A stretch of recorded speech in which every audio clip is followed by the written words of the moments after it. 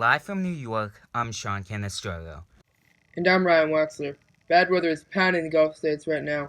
Down south, tropical storms happen around this time of year, but this is an unprecedented storm. Hurricane Katrina has been thrashing around places like Louisiana and Mississippi, and the damage is surging into the billions. Now we go to Andrew Box, who's on the scene in New Orleans.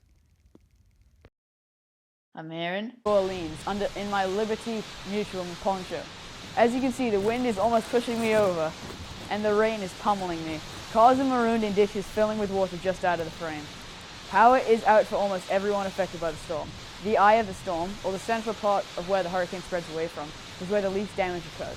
Katrina's eye is 37 miles in diameter, but it is way out in the Gulf of Mexico. Back to you in the studio. Well, folks, you can see the nasty conditions out there. This is huge and has the potential to leave millions homeless and hundreds dead. Stay safe. Thanks, Andrew. You better get out of there. We'll be back after this short commercial break. I'm Graham, your weatherman. Here is the science for the hurricane. How do storms like these form, you may ask? The first condition is that it has to be met with warm water. This can be achieved in waters near the equator. The second ingredient for a hurricane, or another type of tropical storm, is strong winds. For the hurricanes we get in this area, such as this one, Hurricane Katrina, they are formed from winds blowing westward from across the Atlantic Ocean. The air pressure is higher over Africa than it is over the Atlantic Ocean, since the water does not retain heat as well. The winds come from air flowing from the higher pressure to the lower pressure. As air blows over the water, it evaporates into water vapor, which rises into the atmosphere. This water vapor cools adiabatically, meaning it cools because of the altitude change.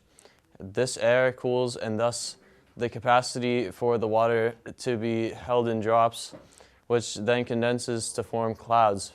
Some of these clouds are rising while others are falling. This, combined with the winds, create a column of air that is spinning around a center. Over time, this becomes larger, and once it is a certain size, it can be now it is formed over the Bahamas. Anyone south or east of them is extremely fortunate. It looks like it should dissipate by the time it reaches the northeast. So while it may seem like a lot for those of you in Boston and that area, it is actually an extremely small portion of what the southern states have been undergoing. This has been Graham Robinson, and that constant information and updates of the status of this devastating hurricane. Well, that sure is a big storm. You better stock up on supplies, folks.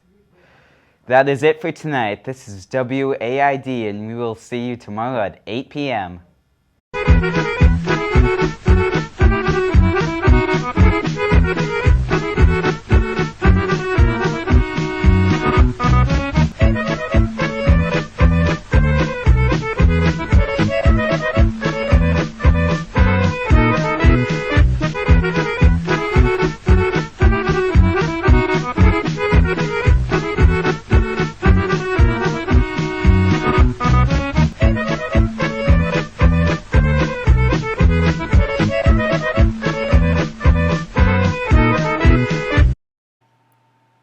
Closed captioning provided by Kentucky Fried Chicken. Try their new double down sandwich. Slice of bacon, some cheese, slapped between two pieces of fried chicken. Extra crispy, whatever you want.